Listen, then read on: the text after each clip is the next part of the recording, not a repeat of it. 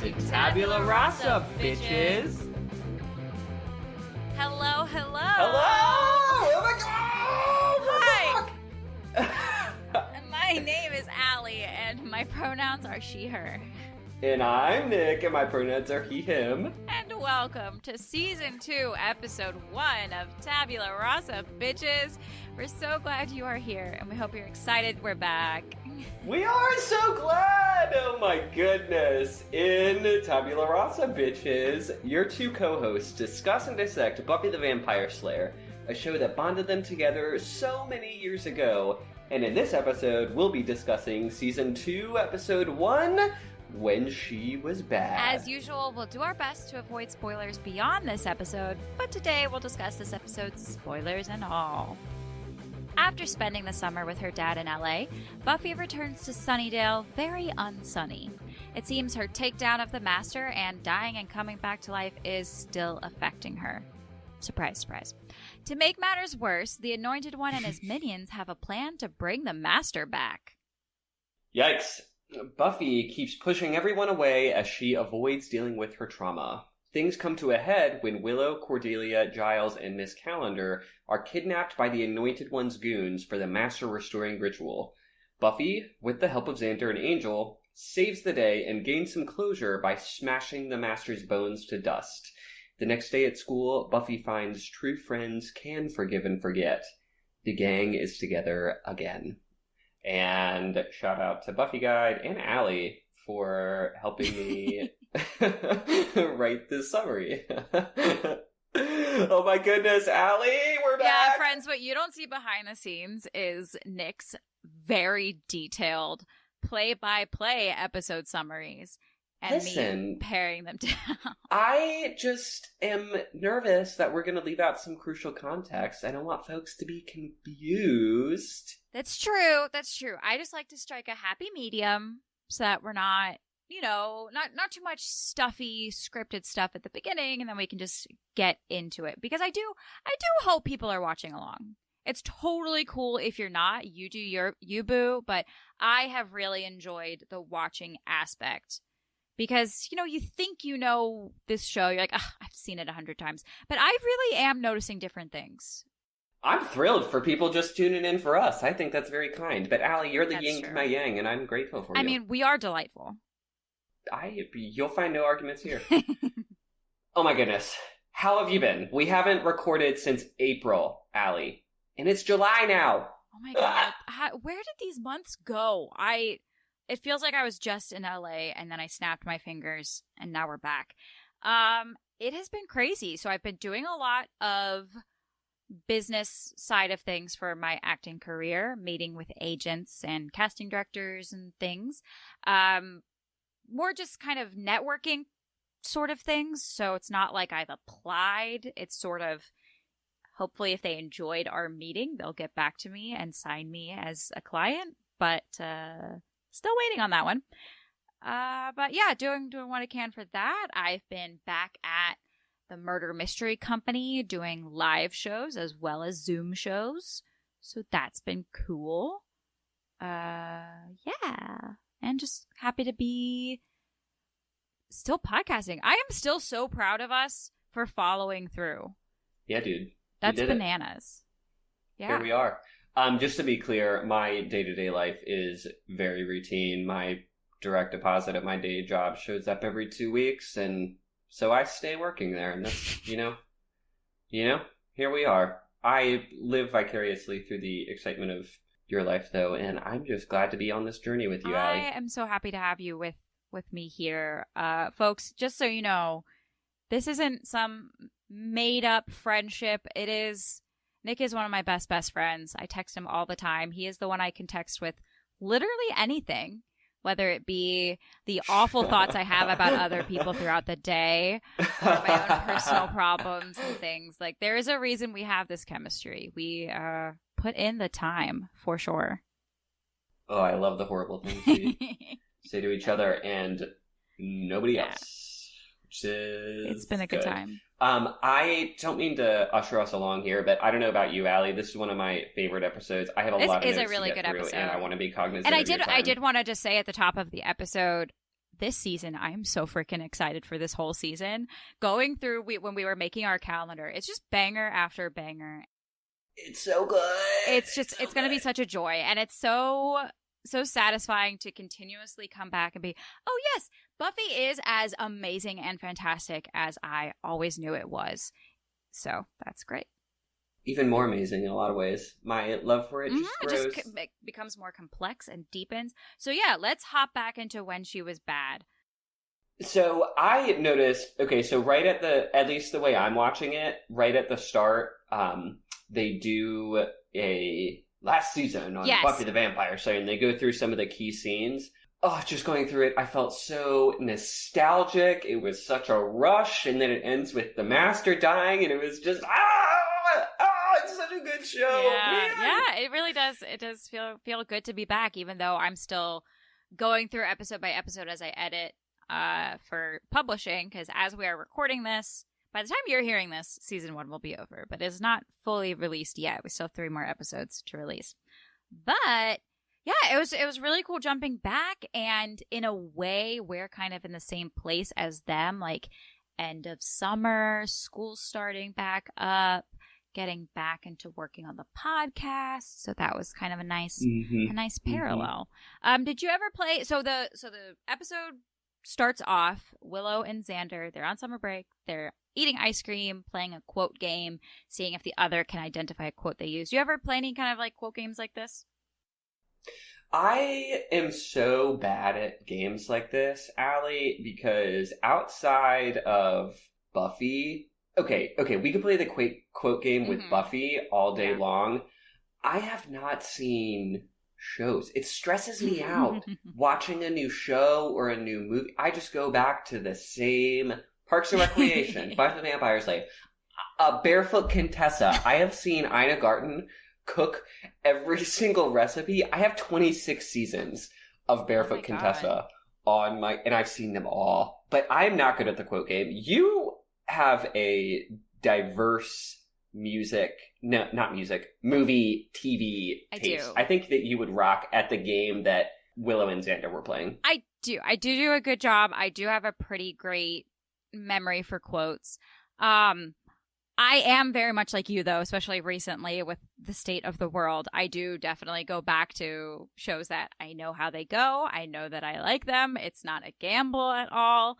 I try to sprinkle in new stuff, but boy, is it hard. Yeah. No, but my brother and I used to, shout out to Ben. Hi, Ben. I know you're listening. So we used to play, I remember on plane trips, because we used to fly solo to visit family over the summers. We would play a game. So you would say a quote, and then the person had to then say a different quote that started with the last word. So think the riff off from Pitch Perfect. I was going to say Pitch Perfect. Yeah. So that was kind of fun. And in that sense, you're not just... That's a little easier. It is a little easier. So you're pulling out quotes that you know. And also you're kind of, theoretically, you're playing it with somebody you know well. So again, it's kind of quotes that you know that the other person would know. Like, I'm not just going to pull out some random thing that you've never heard. Right. Yeah, this scene is neat. Their chemistry is cute. And I kind of related to... Well, I have more to say about their chemistry because Xander pisses me off in a few minutes. Shocker. Yeah. I'm not the biggest Xander fan. I appreciate you balancing for me. But I relate to... how they talk about it's been a boring summer, and Xander says something like, oh yeah, I'm almost ready to go back to school or something. And I relate to that because by the end of the summer in school, I remember I was always pretty ready to go back and see my friends, and I was excited for the new school year. For sure, especially pre-high school when I wasn't driving. So I wasn't seeing most of my friends. I saw my next door neighbors and I saw my camp friends, but my camp friends were different from my school friends. So you were excited for the new school year because you could see all your friends. But then it got to high school and you're like, well, I can drive, so I no longer need school to see you. Now school's just a burden and it sucks. And it's too early in the morning and difficult. And, exactly. But I was very much the same way of, okay, yeah, I'm ready to get back to school. I was good at school. I like learning. So I enjoyed the new school year. Neat. Okay. All right. So we relate to that. What I don't relate to is okay, so in this scene, they've already gotten to how Xander is still hung up on Buffy. He's kind of trying to play it off or whatever. And I remember trying to play it off with crushes too. He said something like, "Oh, I'm so over Buffy. Hey, did she mention when she might be getting back?" And they keep talking. And the part that made me mad here is they've just talked about this girl that Xander is clearly still hung up on. And then he does that goofy little thing where he wipes some ice cream on Willow's nose, and it turns intimate. It's a moment. He wipes it off, and they get close. Yeah, and I'm just like, I feel for Willow in this situation. This sucks. That's my second note. Is poor Willow, and in a way, I mean, I get that. It's hard to get over somebody. It's hard to get over a crush. It's hard to get over a crush when they're right there next to you. It's your best friend.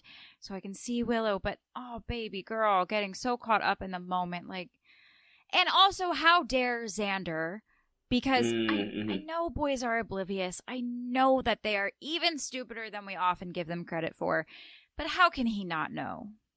Is it really possible that he doesn't know? There's a point later on in the episode where I have the note that he's approaching the point of being just willfully ignorant at this point. Right. Come on. Right. Dude. Yeah. Because just the way that he talks, and I get it's your best friend.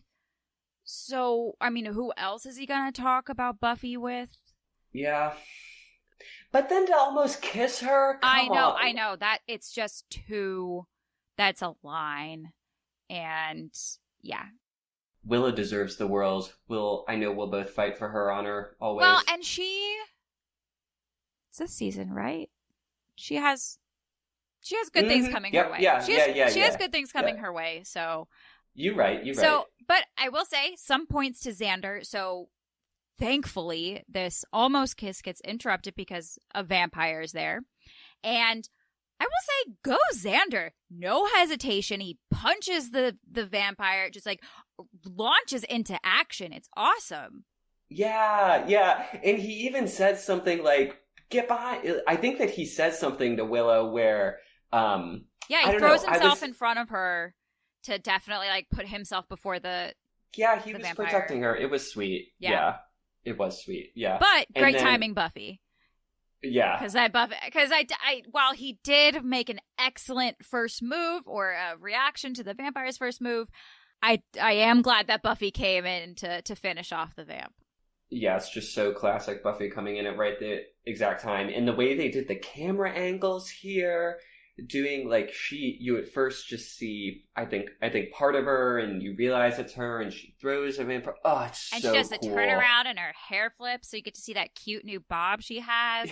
Yeah. I never came back from summer with a cute new haircut. Oh, it's so good. Oh, I love this show so much. Hi, guys. Hi. Miss me? I'm also never that clever off the cuff. I know. So Willow, so they're catching up, how have you guys been? And they say, Willow brings up that they buried the master. It was kind of like this whole big thing. And she says, we got to wear robes. Do you think they, like, legit wore robes? I have a lot of questions about this ceremony they did, this too. This burying ritual that they did with Giles for the master. I mean, it totally makes sense that they would bury the bones, because, I don't know, we know about magic, we know about rituals, so it makes sense that you would guard that. You're not going to just, like, throw it in the trash, because also, that could be highly sus. If someone finds a skeleton in your trash, that could be bad. True. It just seemed a little odd to me that, but maybe Buffy doesn't have to be there. Maybe she had to get to LA or wherever she was going, but to have her not know about it at all either seems I have strange. A feeling. Do they just not want to burden her with it? Or... So I think it was maybe a bit of all sides of them trying not to burden her. I think she, especially with the attitude she comes back from LA with, I think she bolted to LA. She could not get out of Sunnydale quick enough. So I think there may have even been some phone calls she didn't return. Because Willow talks about she hasn't heard from her. She doesn't know when she's getting back. So I think, and Giles probably was trying to give her space. But at the same time, you can't wait on something like that. Again, you can't just have a skeleton waiting around. So I think in lieu of her being around, in lieu of her being in contact with them, they just had to go ahead and do it. Yeah, well, and to that point too, we do see in this scene where it's the three of them catching up. She's already off. Willow asks if she's talked to Giles yet, and she's like, "Why would I do that? I'll see him at school." Exactly. And she's just like clearly off with when she sees where the bones are buried. She has I don't know. Yeah, you're probably right. She was looking to get out ASAP. I think so. I think that's what it seems like to me. Okay, so moving forward to unpacking at the Summers house. Dad is with them. Dad and Joyce are talking. And so her dad says, at least when she was burning stuff down, I knew what to say. Really? You did? As someone who is mentally preparing to have kids in the somewhat near future, because, I'm almost 30, I would not know what to say if my kid was burning stuff down. I would much rather them be moody and like depressed and shit, because that seems like normal teenage stuff. But as someone who had a very vanilla, goody two shoes upbringing, I would have no clue what to say. That's funny to hear you say that. I think I was a broody teenager, at least to my parents. Mm-hmm. Well, I never burned anything down, so I don't know that they would know what to say if I did burn anything down. I think that they would say, though, that it was a lot easier to handle me when I got busted with alcohol or when I did something actually wrong, as opposed to just being quiet and like subtly nasty to everyone. That makes sense, and I do get what he was going towards, because like it's clear. Okay, that was bad. Now we punish. But when they're just kind of like, I can't. It's that. You knew how to handle that, sir. You knew how to handle that when she burned it down. You did. You did. Sure? Huh? Yeah. Huh? Okay. you knew how to parent that one. Okay. Yeah. This is a callback to our episode, when we discussed nightmares, and I said, Allie, do we ever see Buffy's dad again? I don't think we do. And you said, we do. She unpacks her in season 2, episode 1. So just calling myself out here. Allie was right. Thank you. Yes, I did have this exact moment in mind. Now, past this episode, I believe he is referred to, but I'm not sure we see him again. I think there is one more. It's kind of a meta episode in season 5, I think it is, where I don't know how to say this without giving any spoilers. I think it's in season 5. There's a quote. I can give the quote and it's not giving a spoiler, but maybe it'll jog your memory. The quote is something like, "It's your perfect world and I'm not even in it." Oh. I think that we see him in that one. Oh, because there's more family stuff in season 5. Okay. Yeah. I do believe I know the episode that you were talking about. Wow. But that is a lot of distance in between.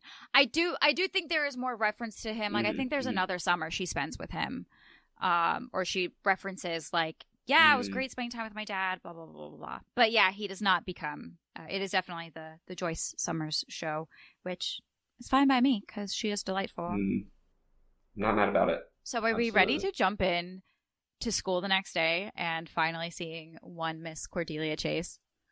Oh my god, she's just looking fabulous as always, and she's acting fabulous as always. It took so much not to write down just this whole first paragraph when we see her. Because it's like, how do you pick out one sentence out of that entire gem? But I did pick out one. No one has suffered like I have suffered. So she's talking about how she was supposed to go to St. Croix over the summer break, but instead her parents took her to Tuscany. No one has suffered like I have suffered. And then she talks about, she has this brilliant speech where she talks about, well, but suffering gives you character. But then I thought I already have a lot of character. Is it possible to have too much character? Queen C, I don't even know what to do with you. Especially towards the last part of that exchange, I have tons of character. Cordelia, you do. She does. She's right. She does have tons of character. She's not wrong.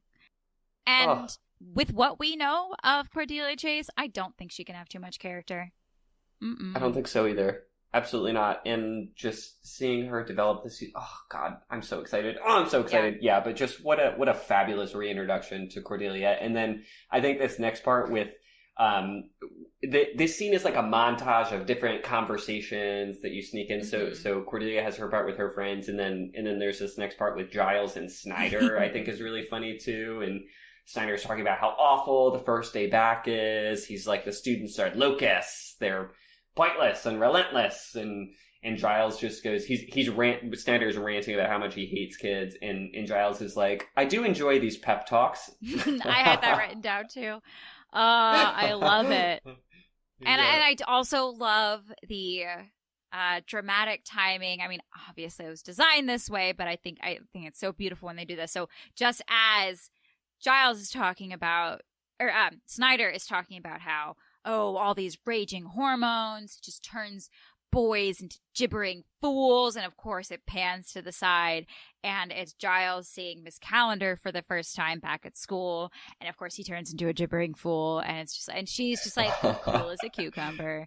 And of course she goes to Burning Man. Of course she does. No one is shocked. That was such an adorable exchange, the two of them. It is. And I love how they're flirty here. They're like, Jenny goes, I'm sure you spent she's just said she went to Burning Man, and she goes, I'm sure you spent the whole summer with your nose in a book. And Giles goes, I'm sure you'd consider that frightfully dull. And she gets that look in her eyes, and she goes, depends on the book. Oh, Jenny Calendar! Yeah. Girl, I love this. Yeah, it really does depend on the book, though. You know? Yeah, so is that what you had on the two of them? That is it. Okay, cool. So next we have the Scoobies walking down the stairs, and they see Giles. And, woof, Buffy's look when she sees Giles. Oh, man. Wow. Daggers for him. It's like such ire. Oh, man, that was so hard to look at. And she's icy in this exchange they have too. Oh man, so cold. I like this thing that she's going to repeat throughout the she goes to walk away, and Giles is like, we can start training whenever you're ready, and she's like, okay, I'll see you after school. And he goes, we can, it's okay, we don't have to start. And she interrupts him, and she goes, I'm ready. And she repeats this throughout this episode, like, I'm ready, I can handle it, I can do just her. She's clearly what is that? Like, would that be overcompensating? She really doesn't. She doesn't feel ready, right? Denial. Occupying yourself to avoid thinking. Lots of avoidance this whole episode. And I think the denial is part of the overcompensating because of her fear. She has a lot of fear. Definitely some PTSD. She's having some dreams. She's having flashbacks. And I definitely think her wanting to train, I don't want to be caught off guard. I don't want to ever feel that helpless ever again. So there's a lot of that going on, and I can only imagine. But that does definitely touch into that we talked about last season. Because she does kind of get over it after this episode. She kind of gets over it kind of quickly. And it is like, well, we don't want her brooding the whole season. Yeah, right. So we don't want this to actually be treated like actual PTSD, where it would take like months, perhaps years of therapy and talk therapy and potentially like psychotherapy and so. Yeah, we'll give her a little space we'll give an episode to it. You get an episode, that's it. You get an episode, that's one, figure it out. That's all you get. An interesting tidbit I noticed, as, my eye on fashion always, new cross. Interesting she's not wearing Angel's cross. Oh, I didn't notice that. It's a new cross? Well, she's wearing I cannot confirm if it's new as opposed to not a cross she wore last season, but it is not Angel's cross. So that cross that you have on right now, listeners, Allie is wearing a Buffy cross. It is not that cross that she's wearing in the scene. Interesting. She wears the angel cross later on in the episode. Interesting. Yes. Allie, I hadn't picked up on that detail. Yeah. And I have a theory of why she wears it later. I'm excited to dive into it. So Angel on the mind, always. So Willow and Xander catch Buffy kind of staring off into space, lost in her thoughts, and they come up like, hey, what's going on? She's like, oh, yeah, it's nothing. And Xander says, but we're your bosom friends of your bosom. What does that mean? I wrote that down. What does that mean? Bosom friends? We're your bosom friends? So that's an expression like near and dear to your heart. So you're really close friends. Yeah, okay. I think that I might be set on hating Xander. Whatever. He's just being quirky. That's okay. Yeah, no, that that particularly was cute. Okay, that wasn't problematic. This next part is problematic in this scene. They're talking, Xander and Willow exchange their snacks, and Giles comes up and they're talking, and he says, I've killed you once, it shouldn't be too difficult to do it again. And then he jumps on her, and Buffy realizes it's actually the master, and it's all a nightmare that's happening, and man, it's a scary nightmare she's having. Yeah, and also, like, scary sort of files into, like, daddy issues stuff, because clearly she blames Giles for some of what went down, or all of what went down, or whatever, so there's that, which then gets complicated because he's a parental figure, and just so awful. Also, nightmares suck. Buffy's going through it. Yeah, nightmares. But who's shocked she's having nightmares? Raise your hand. Right.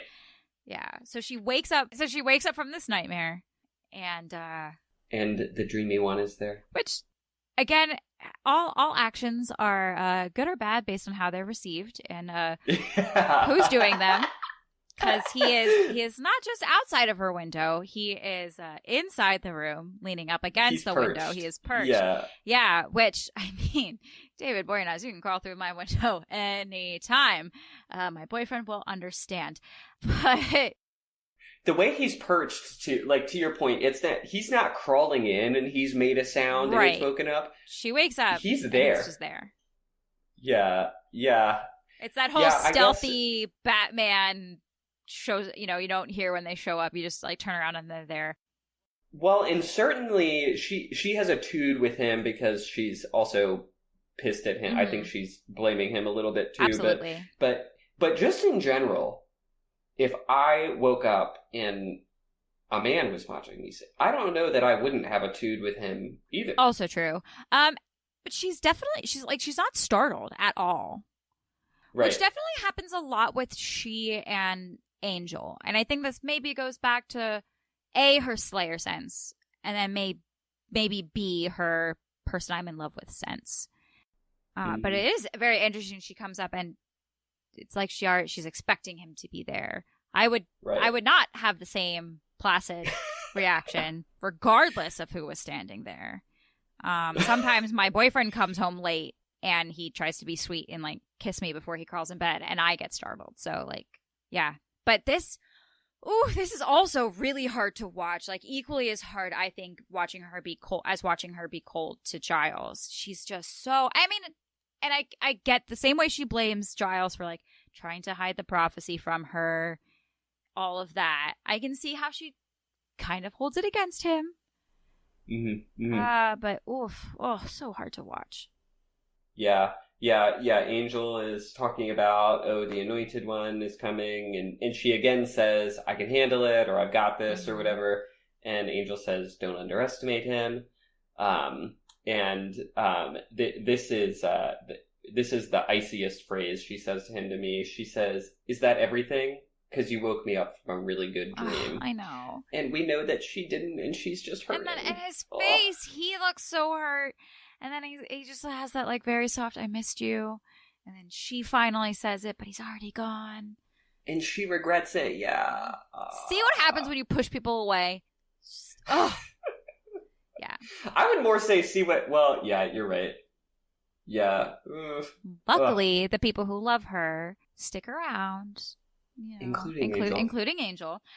So the song that plays as we transition out of this scene is "It Doesn't Matter" by Alison Krauss and Union Station. Just fun tidbit. Our listeners know that they can find a link to that in the description. Yep. We will include that. Actually, assuming it's on Spotify.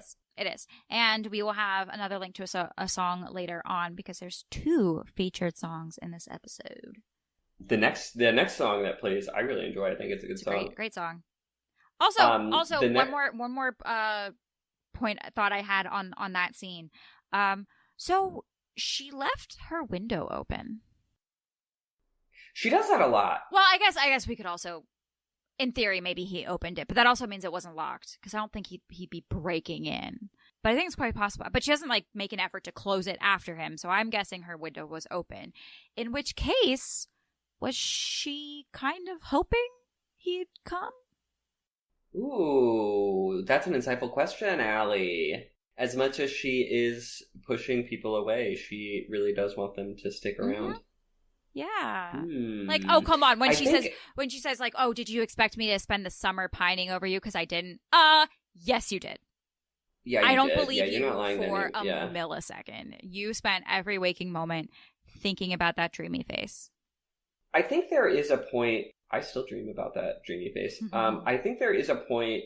There's a recognition when Angel starts talking to Buffy that Buffy says something like, no, I forget the exact conversation. I had the sense that as soon as Angel started talking about the Anointed One, there was this disappointment from Buffy that it's like, oh, this is shop talk. This isn't just... I can definitely see that. So I think you're onto something, though. I think she may have still had the same icy demeanor, but I think that does track that it wasn't, hey, how was your summer? I missed you, from like right off the bat. It's, impending danger. Yeah. Welcome back. Yeah, exactly. The next scene in the car with Buffy and Joyce, where Buffy is being icy again, and Joyce says, is there the slightest chance that if I asked you what was wrong, you'd tell me? I have that written down too. I totally relate to that. Buffy is understandably icy towards everybody in this one. I definitely related. There were so many times my dad tried. Dad would never listen to podcasts, but Dad, I'm sorry. Thanks for dealing with me as a difficult teenager. I love you. Yeah, I mean, that is kind of just, it goes with the territory. And I'm sure Joyce, it doesn't even occur to her just the level of issues she's dealing with. Of course it wouldn't. But I also do like that she opens the door, but she doesn't push. I mean, I do think it's kind of rude how Buffy literally says nothing. But Joyce doesn't push afterwards. And I think that's a solid parenting move. Oh, such a and good mom. And I'm sure it takes just all the restraint in the world just to leave the door open. Not to like grab them and pull them in and like really try. But yeah, she doesn't. Right. Tell me what the fuck is the problem. Right. Yeah, because you're gone all summer. Why are you back and still being miserable? Come on. Right, exactly. So Buffy's outfit. Look at those classy slacks she's wearing. That fit.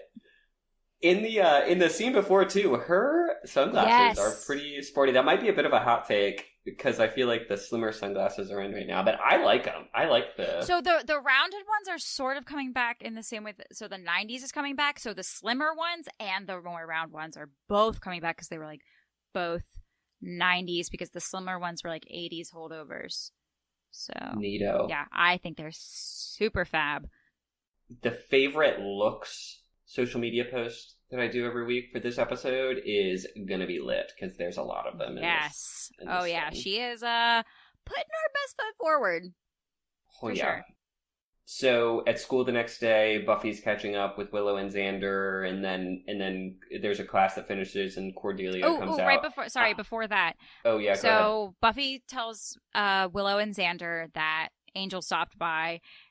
And Willow says, ooh, was there kissing involved? She says, Willow, grow up. Not everything's about kissing. And Xander says, yeah, some things are about groping. Oh, Xander. Oh. I found funny. He's right. I mean, it's true. Yeah. Of course, then he has his yes. I have a crush on you reaction of like, there wasn't groping, was there? It's like, right. Yeah. Some things are about groping. Yeah, that is funny. And then Buffy says, all right, hormones on parade. I just, especially because of hormone monsters and everything in, what's Nick Kroll's show? Yeah, there's the new spin-off that... Big Mouth. Big Mouth. Damn. Okay, yeah, so when Buffy says hormones on parade, it definitely brought forward visions of Big Mouth and all the hormone monsters having like a big like Pride-style parade and silly moment. It's a funny show. I need to watch more of it. And then, so you were going to skip all the stuff about Chibo Mato. So Xander brings up that Chibo Mato is coming to the Bronze. Willow says they're playing. He says no, they're clog dancing. Chibo Mato can clog dance? Can clog dance? And that is just that is me so constantly with Hayden reacting way too quickly. Like my brain just goes quick to react before I take an extra millisecond to go, oh no, Allie, he's joking. Or he's just fucking with you. And then she, of course, then has that moment of, oh, right, sarcasm. Yeah. Oh, Willow, she's so charming and innocent and cute. You're charming and innocent and cute too, Allie. Thank you. Well, maybe less innocent, but maybe not charming more either. Than some less than others on both fronts. Yeah. Fair enough. Of the press family. No, I think you're charming and cute. Innocent, I can't speak to, but charming and cute for sure. Fair. Can we get to this iconic Cordelia Buffy exchange? Yes, again, this was another scene. I was like, should I just copy and paste the whole script? Because I started typing out the whole thing. I have the whole thing typed out here, and it's just Buffy's or Cordelia's like, oh look, it's the Three Musketeers, and the insult does not land. Was that an insult? It's not. Yeah. Lacked punch. The Three Musketeers were cool. Which I don't know if as you've said, you don't watch a lot of new TV. The BBC Three Musketeers, whoo, buddy. As a gay man, you should watch it. Oh, I'm not gay. Sorry, I'm just calling you out. I'm so sorry. Well, as a person who appreciates other attractive people, because clearly you. I am gay. I'm just messing with Allie, friends. He's currently wearing Pride glasses right now. Yeah, I am. That's so funny. Yeah, that was a funny time for me to say that. But they are gorgeous. So for all you listeners out there who appreciate some action, the BBC Three Musketeers. It's available or should still be available on Prime to watch. You should watch it. Interesting. So yes, right, yes, Cordelia trying and failing to insult the Scoobies. And then they establish that Cordelia will indeed keep Buffy's secret, that she's the Slayer, and Buffy goes, well, that works out great. You won't tell anyone that I'm the Slayer. Allie, finish it. And I won't tell anyone you're a moron. Oh! God damn, Buff! Savage! Woof! Yeah. Also, how interesting that Cordy's bringing it up. I would have expected that she would just be like, well, I'm just going to pretend that didn't happen, because that was a lot of time I spent with losers. She's always... I feel like she continually surprises us. We would all think that she's vapid and not smart and stuff, but I don't know. Girl's pretty... She pulls out some references later that I'm like, okay. Yeah. She's not dumb. She just doesn't play up her intelligence because it doesn't behoove her popularity. It ain't cool. Yeah, and she also has... Oh, I love Willow's covering up, because Cordy mentions demons, and Willow loudly goes, yes, our own personal demons. Which is so cute. And then Buffy's quote, Cordelia, your mouth is open. Sound is coming from it. This is never good. This is never Girl! Good. Yeah. And the delivery of it, too, is just... So deadpan, so mean. It is mean. Which, not to say that Cordelia is undeserving, because she has said some pretty awful things. But wow. Uncharacteristic of Absolutely. Buffy, that's for sure. Yeah. So this next scene, they are all in the bronze, or Willow and Xander are in the Right. bronze. They're waiting for Buffy. I feel like there's a lot to unpack So with this much. scene, Allie. Chibo Mato is playing. They start with a different song, but later the featured song will be Sugar Water. And that's the fun, slow dance song that they do. It's a hot song, too. It's a real hot song. Yeah, it's if you think that didn't play into some fantasies along the years, you would be wrong.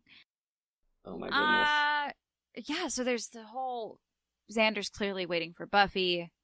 Willow is clearly disappointed that he's so hung up on Buffy, although why is she so surprised? Hun. Let go. Because he keeps getting like weird Yeah. Okay, no, I was gonna say he keeps giving weird signals, but he hasn't given a weird signal since the opening where they kissed, which is big. But to be fair to Xander, he didn't do anything. Confirmation bias is a big thing, so I'm sure You're she right. downplays all of the times he just talks about Buffy, and then her brain just like highlights, circles, underlines all of those times that he gives an inch. So, yeah, because that is how our brains work. It made me so sad when she put the ice cream or whatever it was back on her nose, clearly in a callback to what had happened earlier in the episode, and she's like, look, and Xander says, you've got something on your nose. Oh, that's when I was like, you are being willfully ignorant here, Xander. Come on. Come on. Poor Willow. I just want to hug you. Yeah. So we have... Also, I've been there, girl. Yeah. So we have a moment away before Buffy gets to the bronze. We go away to see the Anointed One and his minions digging up the bones. And this is where we have an interesting moment, because their hands start sizzling in one of the vampire's eyes. The ground, it's consecrated. So that's why it's like burning their flesh. It's like they're being hit with holy water.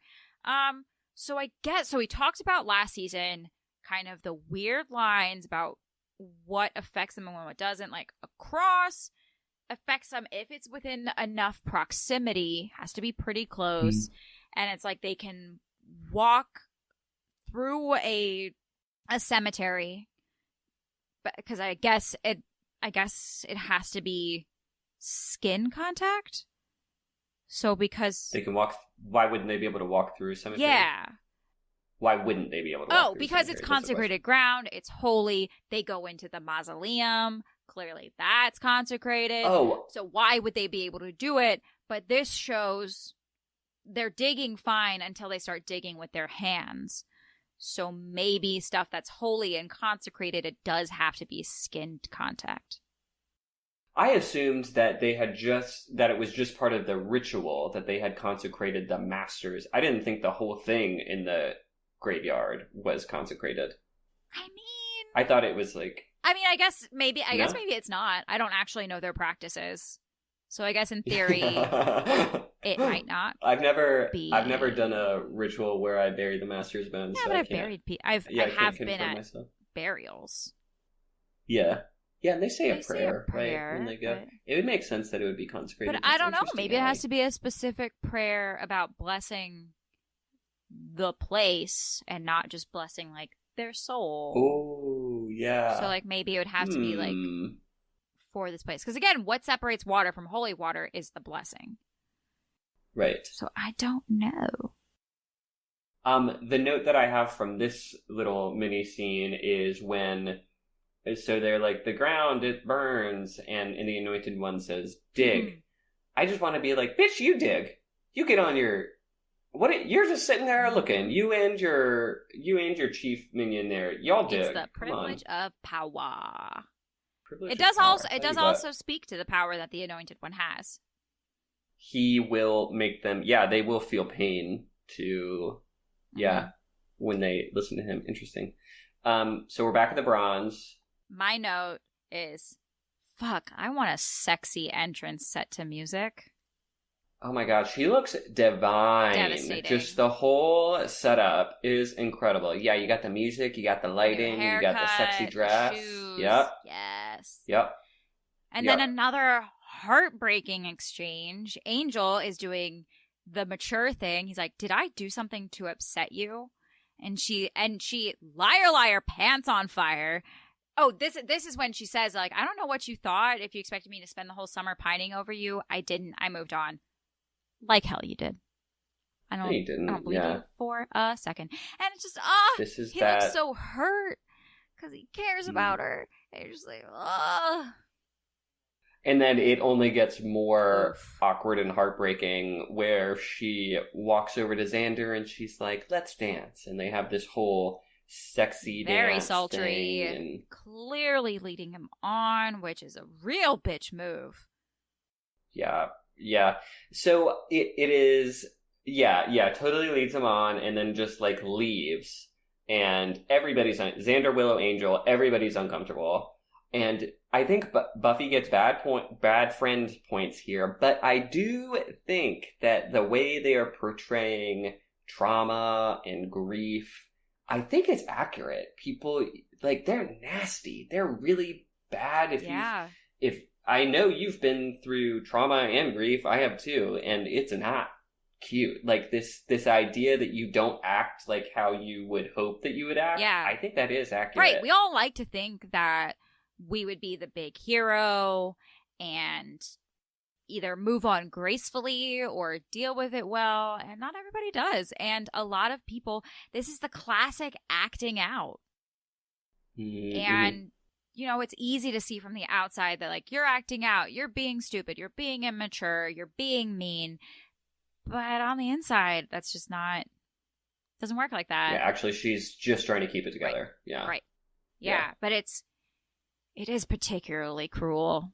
Because it does speak to, she obviously knows that he likes her. Yeah, it is hard to get me to feel bad for Xander, and I feel bad for him here. And he knows, too. You can see on his face, he just... Because he's not enjoying a point where he's uncomfortable. He's clearly not enjoying it because he knows it's not right. So, I mean, but, like, I totally get his perspective. I was like, what was I going to say? No to dancing with her? But you can see it's not like he relaxes into it and enjoys it. He knows start to finish. This is weird. I don't know what's going on. And it's also like, be careful what you wish for, because it's clear that this is not how he pictured things going. So Buffy stalks out, and this is yet another one of those exchanges where Cordelia follows her, and I just started typing the whole thing. Then it was like I transcribed the scene, because it's all so good. All this tough love from Cordelia, right? Such a great as she's telling Buffy about herself. Yeah, it's good. What is your favorite quote from this exchange? I pulled out two. You're really campaigning for Bitch of the Year, aren't you? Yeah. Way to go, Cor. Calling her out because no one else has yet. Everyone else is tiptoeing around her, and sometimes it takes a frenemy to just fucking call you out, because clearly she wasn't responding to other things. I mean, we'll see, she doesn't respond to this either. And Cordelia wasn't even... this is just more speaks to Cordelia's, I'm gonna say, intelligence. It could just be observant, whatever. I'm going to say intelligence. She wasn't even a part of it. She was just watching it, and she knew exactly what was happening. Yes, Cordelia. Yeah. Oh, yeah. I mean, it doesn't take much to know those dynamics. And, yeah, it was a hot mess. And you really can hear under her, her harsh words, it is like a caring. It's not, I'm here to poke fun at you. It's you're a person in pain, and you're now causing other people pain. You need to sort your shit out. And that's the other quote I pulled from her. Embrace the pain, spank your inner moppet, whatever, but get over it. And then I think this last sentence is also really impactful, because pretty soon you're not going to even have the loser friends you have now. Yeah. Yeah, those were the two exchanges I pulled out too. It's real words of wisdom. Good tough love really is. I don't think that I've ever had to have somebody tell me about myself like that before, but I hope that if I ever did get to that point, there would be somebody who'd be like, figure it out. Hun, you do not worry. Yeah. Okay, no, trust Thanks, me. Allie. We would be fine. We would make sure you got your shit together. It would definitely, and I believe with Xander and Willow and Giles, it would take much longer of her acting this way for them to really, really leave her. Because there are people who do not deal with their shit for a long time. And eventually, for your own boundaries and your own mental health, you do have to cut the cord. Be like, I know that this is because you're dealing with stuff, but you're clearly not dealing with stuff. Mm-hmm. So I did a little research because this phrase that she says, spank your inner moppet. What the fuck? I didn't know what that meant either, and I didn't want to ask because I thought that it was going to be something that you were like, duh, of course it is. Nope, it's not a duh. You put that phrase into Google, and it's all Buffy stuff. And it's specifically all people posting on Buffy forums asking what that means. So we have no idea. And I kept trying to click on these articles, and it was always much longer than like that section. So I was like, ugh. So I just looked up moppet, and the definition that Google kicked back was a small, endearingly sweet child. So it's her. So she's like, I don't know if you have to like have a deal with your inner kid, whatever it is. So that's also really speaking to her intelligence to use that specific word, because that's got to be like a Victorian word or something like that. Yeah. Moppet. There's at one point in season 1 where Cordelia makes another reference to trauma in childhood. I think it's in one of the early episodes where Buffy. What is your childhood trauma? Yeah, so Cordelia is familiar with the impacts, like this link from childhood to your actions later on. Do you think Cordelia is familiar with? Do you think this is like some takes one to know one? Like, has she been through a bunch of therapy for childhood trauma, and that's why she has this terminology that she keeps like throwing out? Interesting. Listeners, weigh in. What do we think? Is Cordelia secretly a psychologist in training, or is she just somebody who's lived a lot of life? If only she went down that path. Ugh. I would have loved to have her as my psychologist. Although I do shout out to my therapist. I love you, Michelle. Oh, Michelle. I need to see Gretchen again. Edit that out. Yikes. So I mean, you didn't say her last name. But I will. I'll edit it out if you want me to. Yeah, it's whatever. I don't care. So I go to therapy. Everybody, it's good. You all should too. So as Buffy walks away, Cordelia gets kidnapped, and we see Miss Calendar is there too. And then Buffy goes through the cemetery, and she sees the grave dug up, and it's like, oh shit, oh dear, her face was like, I am an inch away from a panic attack, and who would blame you? Yeah, I am triggered, and my anxiety told me this was going to happen, and it did happen. My anxiety was right. As usual, none of you believe me. That's the worst. And so, understandably, she walks in pissed to the library, to the Scoobies the next day. But before she walks in, so Willow and Xander are talking to Giles. They say she's possessed. She says, otherwise, why would she be acting like such a bitch? And this has become actually a very big quotable quote. And Xander replies, a bitka? I call people bitkas. It's great. Sometimes. It's great. If you go to if I'm in like polite company or something and they know, they get it. I'll say bitka.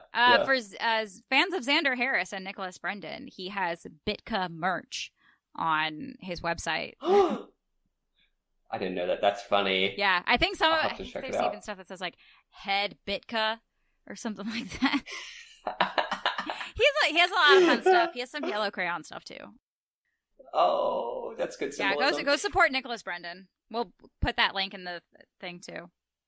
Oh, good. Yeah, we'll include a link to the shop. That's a good idea. And as they're like, she's possessed, she has to be possessed, Giles is pushing back on them, and he basically says, no, it's probably just trauma. She's probably just dealing with things. And he's right. He hits the nail on the head with some actual good adult wisdom of, no, she's probably just dealing with shit. That was a lot for her, and maybe she hasn't dealt with it.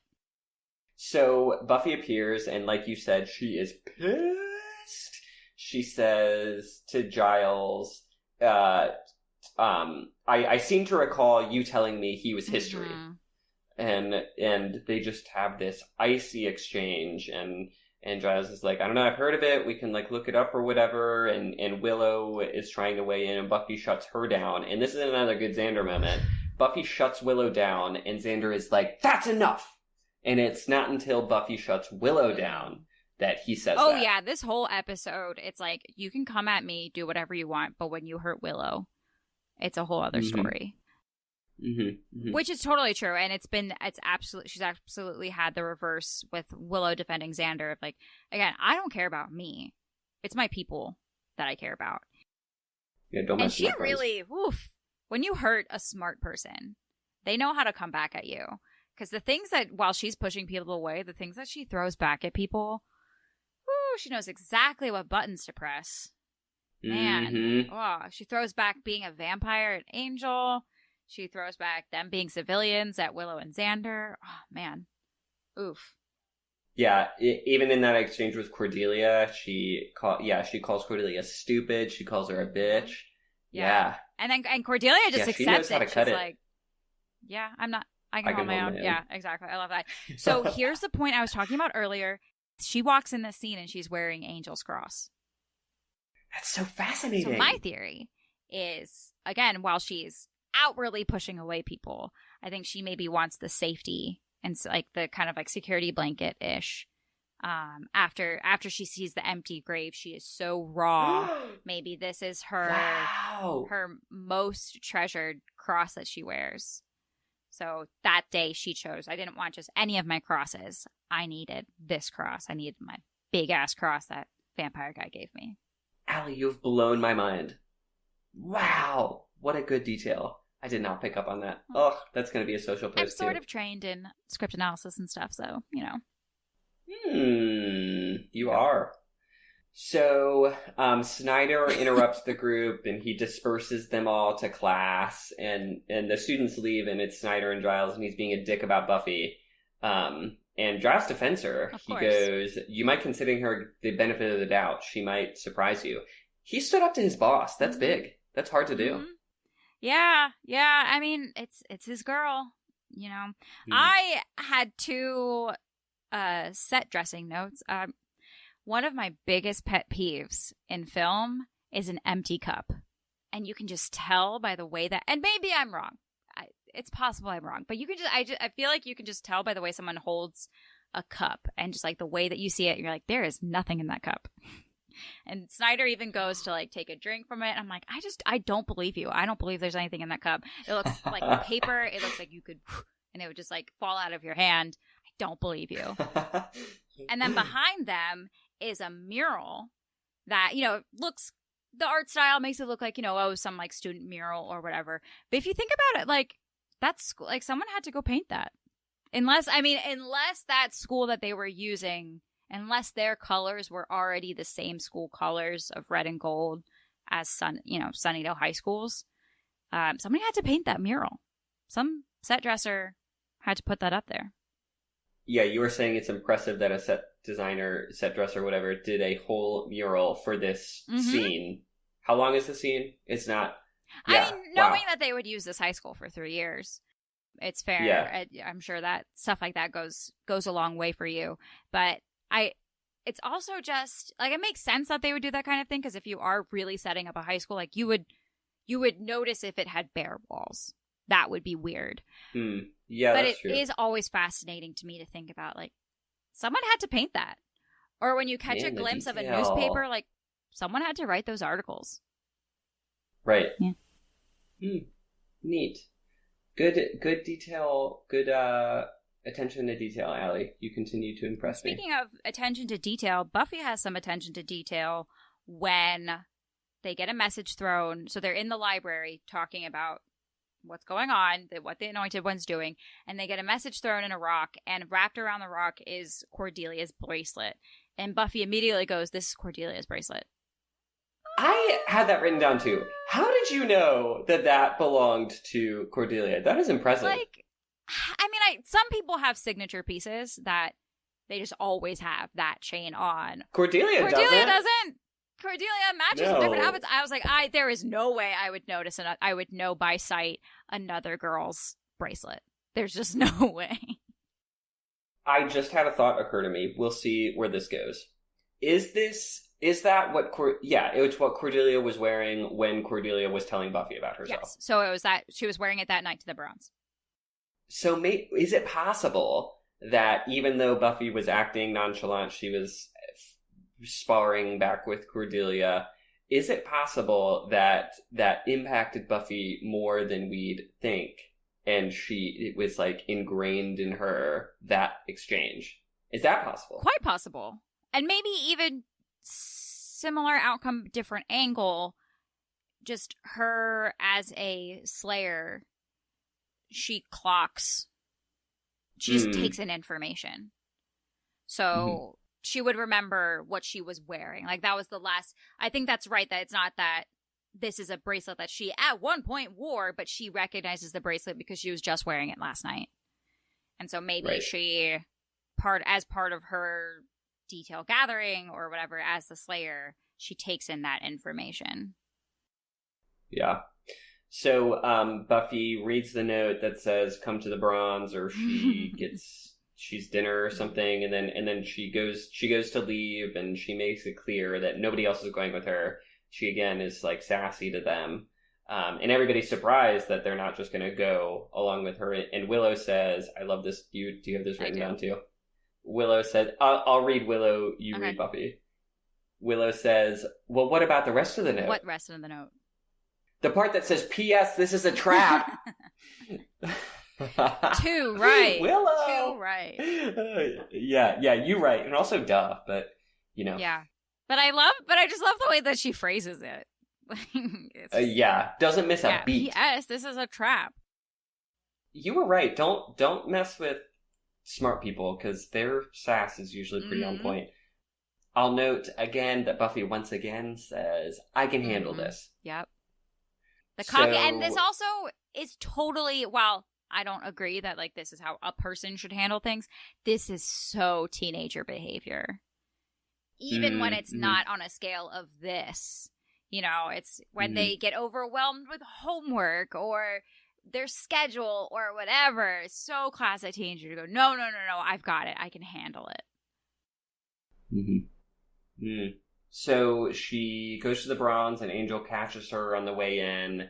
This is an odd scene between the two of them. Yeah. I don't even know how I would encapsulate I have a quote from it, but it's a very odd. It goes from like sassy to sexual to taunting. I would argue that it's unintentionally sexual, just because of word choice.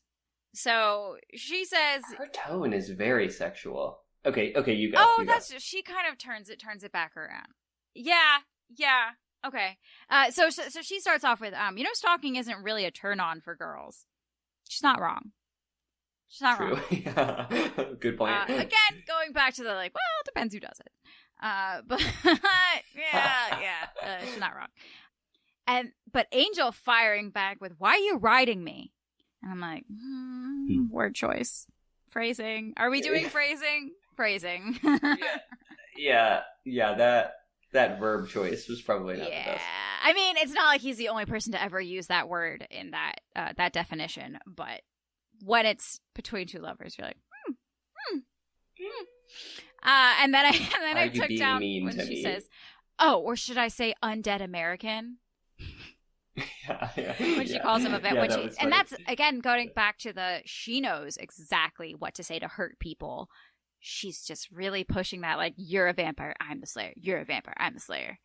Like, that's the quote that I wrote down. She says, "I don't trust you. You're a vampire." And then he looks all hurt. And she says, "Oh, I'm sorry. Is that an offensive term? Should I have said undead American?"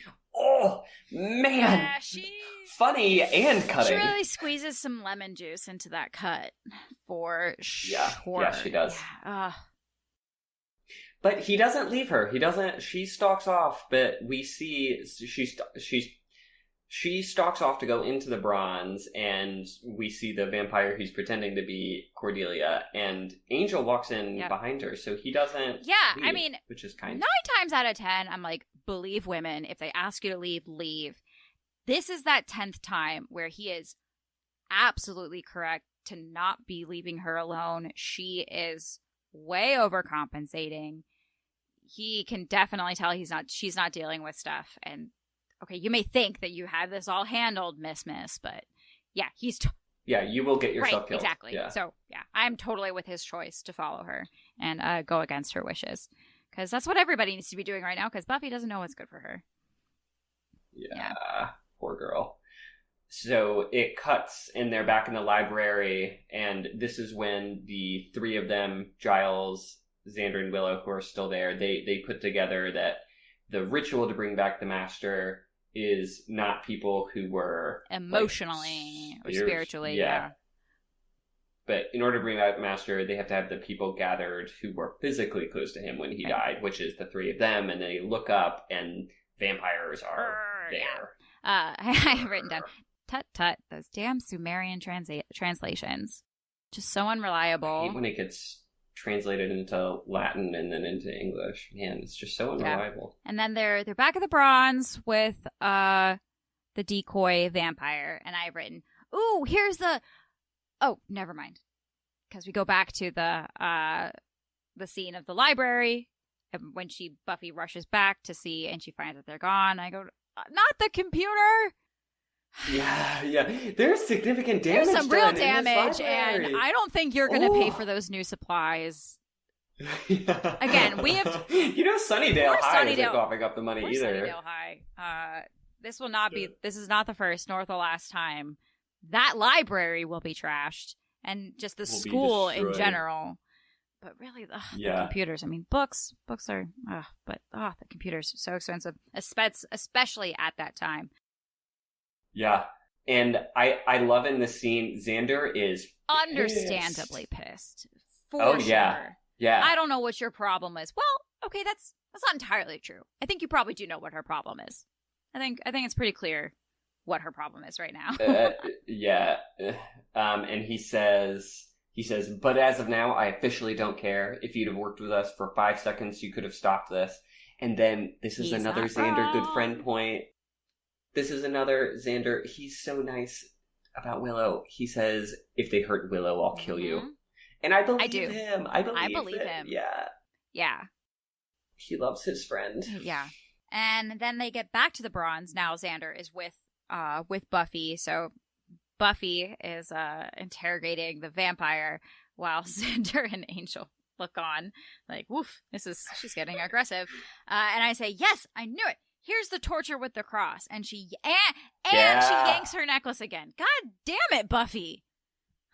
You referenced this in season 1, how the chain on that necklace is strong. Man, she just rips it off. It's either weak or it's like weak enough that she can just like yank it, but then it's clearly strong enough that she doesn't have to keep buying a new chain. Or maybe she does keep buying new chains. I don't know, because the clasp would be ruined. If you yanked it with enough force to actually pull it off of your neck, you would break the clasp. So, I don't know. And this is real silver. So... Yeah, I'm looking at your necklace because it's a replica. So yeah. What I'm wearing is a replica of Buffy's cross, and it was not cheap. So you know that it's real, and I have to like clean it with a silver cloth, so you know it is real silver. It does tarnish. So like, is she buying like a legit silver chain to replace every time? I don't know. I don't know. She doesn't have a summer job. Mysteries we need solved. Questions we need answered immediately. So interesting is not the right word, but this cruel side to Buffy. Ooh. How she's torturing the vampire. And just so cold. I think she would have done that the same way. You don't think so? Even if she weren't having a major toot right now? Her tone makes it different. Like, I think, like some kind of like roughing them up to get the info, but just her whole tone and her whole demeanor is, I think she would be quipping more. Like it has a heavier sense to it than I think it would have. Yeah, you're right. It would be more sassy and less cruel, like you said. Exactly. I agree with you. So evidently Buffy's cold tactics worked because they learn where the ritual is happening, and Buffy Angel and Xander get there, and so the vampires are chanting about the ritual. The 4 people are dangling above the master's bones, and they're clearly getting ready to like kill the 4 people. And as they're that's chanting, a theme song. Watch for the bodies. The Oh, it bodies is, you're right. sliding out and dangling. That's in the theme song for this season, and probably for the next season. Theme song alert. I think this is just a truly epic start to an already epic fight sequence when they're chanting and Buffy stakes the guy from behind. Yeah, I love the timing of that, because like we're waiting to hear the chant, and then there's like the quiet because the guy's dead, and then she's like appeared, and suddenly the Slayer is part of the circle, and yeah, and that guy's shrieking is intense.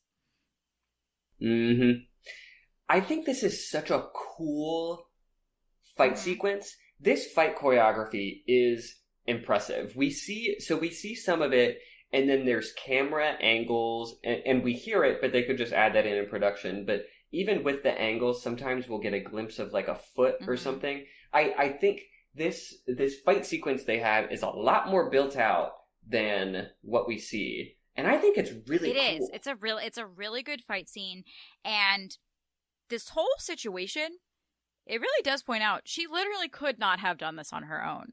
Because yes, she is totally handling herself with the chanting vampires, but then she could only be in one place at once. So while she's doing that, Xander and Angel are able to go unchain the hostages, make sure they're okay, and then watch her kick ass. And then at least one vampire is killed by Angel. True, yes, so exactly. There's at least one vampire that she doesn't have to kill, and she has a couple close calls where she, I mean, it is an intense fight, so yeah, she really did not have it all handled, as we knew, but this is proof positive. I had another interesting research moment, because the Anointed One, like, that must have, as a kid, really young, you'd be like, I don't know, I imagine being very excited about like, it's my big break, all that. So I was like, I don't know, is he still working? Who knows? So I looked up Andrew Furchland, and he was working as recently as 2019, as it looks like he is now working on his own things, so acting, directing, and producing. So there were a few things. It doesn't look like they've been big. Looks like they're more like shorts, but he is still in the biz. He's still acting. Good for him. He's still in it. Oh, that's cool. So that was kind of cool to see. Thanks for your research, Allie. I appreciate it. I appreciate whatever. And I appreciate your appreciating. No, we're not going down that rabbit hole. So Jenny wakes up. She crawls over to Giles, and Giles asks where Buffy is, and at this point Xander has already gotten Willow, and he's cuddling her, and it's really cute, and he's just clearly relieved. She's working out her and issues. He goes, yeah, and yeah, she is. She's kicking ass, is what she's doing. Yeah. So I guess I'll pose this as a question rather than just a comment. How do you feel about how Xander and Willow handled this friend situation? Which friend situation? Buffy coming back all cold and weird. I think incredibly gracefully. Are you not impressed? Because while they do call her out, it's kind of... Well, first they're kind of just not acknowledging it. And then she crosses the line with the dance at the Bronze. And then it's right to Willow yelling at her, "What is wrong with you?" And which means that was after Giles had made the point about she's probably dealing with shit. She's not possessed. I know you'd like it to be an easy solution like that. She says, "What is wrong with you?" as she's getting ready to go to the Bronze, right? Yes. In the library. So she's going to leave, and she says, "No, I've got this. I can't take the time to be like constantly making sure you guys are safe." And she goes, "What is wrong with you? No, you can't handle this." But, and this probably would have dealt with the, messed with the flow of the episode and stuff like that. But like, I guess I was just kind of missing that, like, I don't know, bringing chocolates over to to Buffy's house and being like, girlfriend, are you okay? Oh, Or just kind of that, like, I feel like they went from 0 to 10. Mm-hmm. I don't know. Or maybe that's just like how that's an insightful point. Deal with it differently. And I'm not totally shocked that Xander doesn't do something more like that. But I wish that, or maybe even just like in the locker room, like Willow at least trying to pull her aside and going, like, is there something you want to talk about? Like, it just seems like maybe not everything's okay. I do agree with you that I hadn't thought about that. I do agree that they were missing that kind of soft outreach that you've actually done for me before, Allie. I remember in high school I was having a hard time, and I think I had a tude with everybody, and you came over, and I don't know if you remember this. You handed me a Lindt chocolate truffle, and you were like, it looks like you need this. And I did need it, and it was very kind. Yeah, it was freshman year of high school. It was Tech Week for Damn Yankees. Aww. It was very... Whatever. That was very kind of you. Thank you. I do agree that they were... I wish I remember that. Go me. That does sound... Giving chocolate is 9 times out of 10 my solution, so that sounds like me. I think when... I do endorse Willow saying, what is wrong with you? Only because I think that, like, if I saw you about to make a very dangerous choice, like, I kind of don't have time to be like... Oh, yeah, I'm not... Like, it might have to be like, stop! Right, I'm not contradicting that reaction. I just wish that there was a step in between. Yeah, you're right. Yeah, you're right. Yeah, when I said I think they were being incredibly graceful, I think I was jumping ahead to when they welcomed her back with open arms. Yes, but yeah, we probably could have done some more discovery there but the about fact that what... It's Cordelia who pulls her aside and is like, you need to figure your shit out. That's and not to say that, Allie. like, Willow would have or should have phrased it the same way, but that was it's more Willow's place than it is Cordelia's. Totally. Well, this is a note, friends, listeners. If you think your friend is going through a hard time, maybe reach out with some love first. Yeah, try some different tactics if one isn't working, and do be persistent. Not like every 5 minutes, within reason, but yeah, make sure that they still know that you're there. Yeah. So, back in the factory or whatever, Buffy continues fight. Kicking ass. Yeah, it really is. The main dude comes back with a big ass sledgehammer. And his weird poetic rhyming. Yeah, a weird thing. Is he a preacher? And then Buffy... I don't... Yeah, I don't know what the deal is here. Yeah. And it rhymes too, which felt strange. And Buffy goes, so are you going to kill me, or are we just making small talk? It feels like a callback to the first episode. We talked about it when we recorded. We said, if somebody that you are about to fight is making fun of you, you're probably going to lose. That's not going to go well for you, right? Yeah. Because especially, like, if it's good quips. Because if it's bad sass or, like, poorly phrased or whatever, then it's like, yeah, they're probably trying to, like, sound bigger, tougher than they are. But if they're calmly delivering zingers, you better watch out. This is your chance to turn and run. This is going to go poorly for you. Yeah, especially I love this move that she pulls. She breaks off the torch, and then she uses one end to spear an approaching vampire, and then she used the other to light Preacher Dude on fire. It's a sick move. Also, kudos to the fight choreographer. That was a great move. And she goes for it with such calmness. Like, they are both rushing out her, and she very slowly goes, well, not literally, but goes, torch, breaks it off, and then just waits for both of them to approach, stabs one, lights the other on fire. Oh, so sick. You fell right into my trap. Yeah. And then, of course, we have this pretty iconic scene where she pulverizes the master's bones with the sledgehammer. And her face, even before she starts pulverizing, once things go quiet and it's clear the fight is over, like, her eyes are the size of saucers. Like, I don't even know if we get that look from Buffy again. It is just well, it really is hard to watch. And then she starts working out her issues. Yeah, just the breakdown is, I don't know, Sarah Michelle Gellar, you crushed it here. You really did. I really loved how gentle and slow Angel is when he approaches her. Approaches her softly and does the exact right thing. He very gently puts his hand on her shoulder, but he waits for her to turn into him. Mm-hmm. And he's very softly, it's okay, just repeating it, and just like holds her.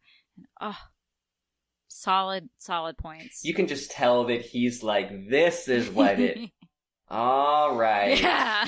Puzzles come together. Okay, I see. Okay, you're good. Like when your girlfriend's... It's like that classic moment, that stereotypical moment for like when your girlfriend's bitching at you, and then you find out that she's on her period, and you're like, okay. All right. Or just the finding out, like, oh, you're hungry. Okay. Yeah. Okay. That's always Paul's first go-to when I'm being mean or unreasonable. He's like, when did you eat? 16 hours ago. Right, okay. Well, here's some peanut butter. Put a pin in this before you say something you can't take back. That is the sign of a good partner. It's a good sign. Yeah. Yeah. So... we're at the next day. I like to think that she went back and pulverized the bones that she missed, because she missed a few bones. I think she probably did. Just for good measure. Just for good measure. Just be safe. Yeah. And then, so we're at school the next day. The sun is shining. It's a new day. Jenny and Cordelia are walking. And Cordelia says, I'm so glad you're saying this. Yes, keep going. You can dry clean till Judgment Day. You are living with those stains. And Jenny says something like, yeah, that's the worst part about what we went through. The clothes. States, yeah. Yeah. But, and then we get another, I guess teens in the 90s were classy, or popular girls were, because we have another classy Cordelia outfit.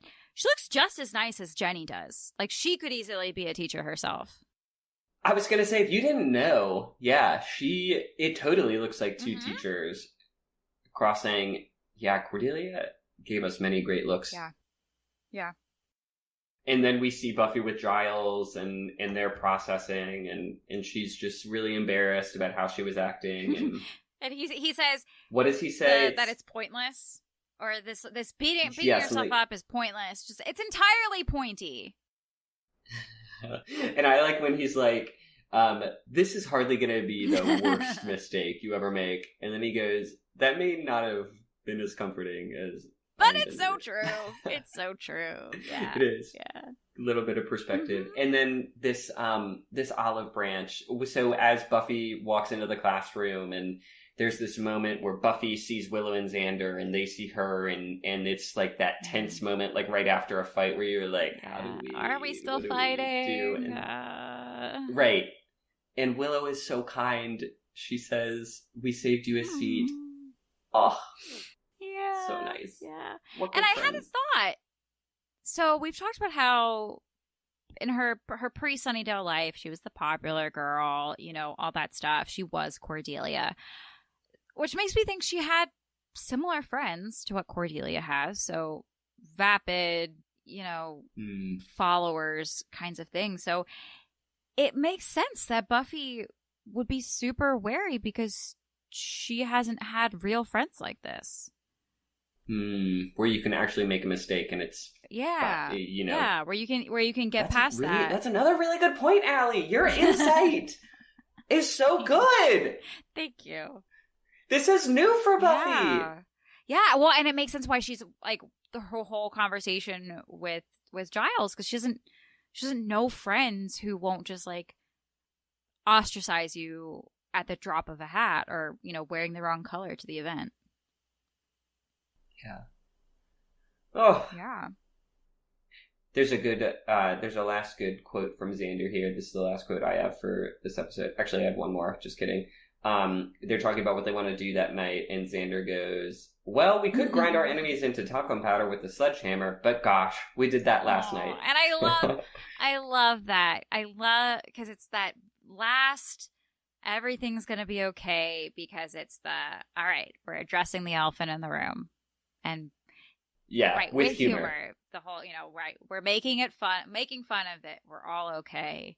And then you get the super 90s upbeat music, which Yeah. yeah, that was it almost treading into the like cheesy sitcom. Just so, I mean, if it weren't exactly that moment, then maybe they couldn't get away with it. But they get away with it in this instance. I feel like this last snippet with the Anointed One, that cheesy exit needed something else. In this last moment with the Anointed One where he's back in the factory and he goes, I hate that girl. Yeah, I had the same thing written down. Right before that, I just wrote, guess Xander's putting that dance in the basement. Probably a good idea. Or, I guess more realistically in the spank bang, but... No! Oh, but you know it's true. Yeah, you're right. No, you are right. Oh, man. I love this show so much, Allie. It's so good. We have so much to look forward to. We get so much Angel in this season. There's a big Angel season. Who doesn't love a heck of a lot of Angel? Yeah, huh? And he's, I mean, like, I was thinking about this today. I don't know why. He's like my second big celebrity crush. Like, I have always been very romantically focused, so I find crushes everywhere, believe me. But I'm thinking, like, first was probably Nick Carter from the Backstreet Boys. I would say David Boreanaz / Angel was second. And then I think maybe I didn't have another big one until Zac Efron. I was going to say Zac Efron better be third one. Because... Well, he's Forever Bae. Yeah. But yeah, I think that's... Yeah, Nick Carter and David Boreanaz got me through elementary school. And then Efron got me through the rest of eternity. So he just keeps aging really well. And as my tastes in men change, so Zac Efron just molds. I mean, I would love if like one day he does like for Halloween or something, he grows his hair out and has the big like Troy Bolton swoosh again. But like, oh man, I'm so excited. All right, well, does that about do it for this episode, my friend? I think it does. Okay, well, thank you everyone for joining us for our season 2 kickoff. We are clearly both very excited, and we hope you are just as excited and will join us again next time for season 2, episode 2, Some Assembly Required. And as always, we're going to do our plugs here for if you're just too excited to wait until our next episode to chat. You can send us an email at tabularasabpod@gmail.com. That is tabularasabpod@gmail.com. Listeners, for the first probably 10 episodes of season 1, I was spelling that Gmail address wrong. Allie is smiling at me. And Allie worked some magic and fixed it. I don't know how she did it, but I just spelled it right. I tried overdubbing it in Descript, and then it came out super robotic and weird. So I ended up just every time I would try to fix it, and then I'd go, fuck it, we're cutting it out. If they need the spelling, they can look it up. Yeah, well, that's our Gmail, and we are also on Twitter, Instagram, and Facebook at Tabula Rasa BPod. Allie, plug your social media immediately. Okay. So I am DaughterPick on Twitter and Instagram. That is DAUGHTERPICK. And I am Future Black Cat on TikTok. And you can also support me monetarily on buymeacoffee.com/AlliePress. That's ALLIEPRESS. You can receive my not-so-weekly updates on what's going on with my acting career, and you can toss some money my way because I am indeed a starving artist and welcome all monetary contributions. Thank you. Luckily, all of those social media handles are going to be in the description. So, Allie, it has been such a treasure seeing you again. And you, as always. I am so excited to be back and recording. I missed this, so...